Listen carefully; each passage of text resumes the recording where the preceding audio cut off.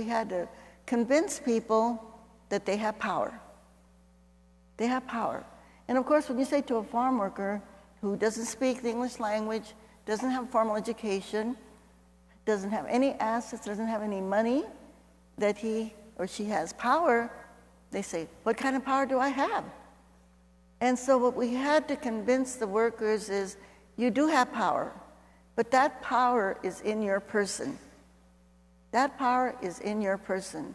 And when you come together with other workers, other people, and they also understand that they have power, this is the way the changes are made. But you can't do it by yourself. You've got to do it with other people. You've got to work together to make it happen. And of course, following Gandhi and Dr. King, and this, you have to change things through nonviolence. Because when we use nonviolence as our philosophy of organizing and of the actions that we take, then other people will come forward to help us. We were in Manhattan, and this farm worker called me. I'm in the office there in New York City, and he calls me and he says, Señora Huerta. And he says this in Spanish, they took the grapes off the store. And so I told him, oh, what's the name of the store? And he said, I don't know. I said, well, look at the sign and you can see what the name of the store is.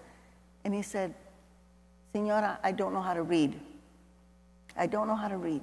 This farmer had gone from Delano, California, all the way to New York City, standing in front of a store asking people, don't come into the store because they're selling grapes. And he got that store to take the grapes off.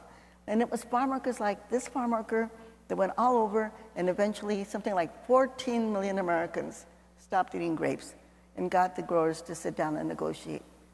And this made such a difference because of these workers that understood their power, then we were able to get those growers to give contracts with a medical plan, with a pension plan. Workers could negotiate better wages, getting them rest periods, all of these things that the workers didn't have. That struggle, of course, is not finished, even though the United Farm Workers now is celebrating its 50 years of organizing. We still have farm workers all over the country that still have not won the protections that farm workers in California have, like unemployment insurance, et cetera. So it's still an ongoing struggle. But the thing that we have to remember is that change comes from the bottom, okay?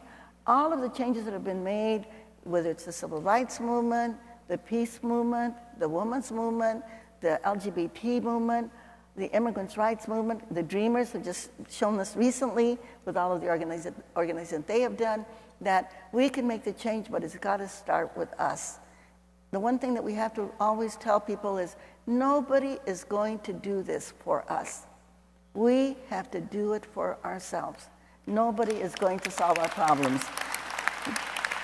And the one thing that we know is that the people who are suffering the problems are the ones that have the solutions.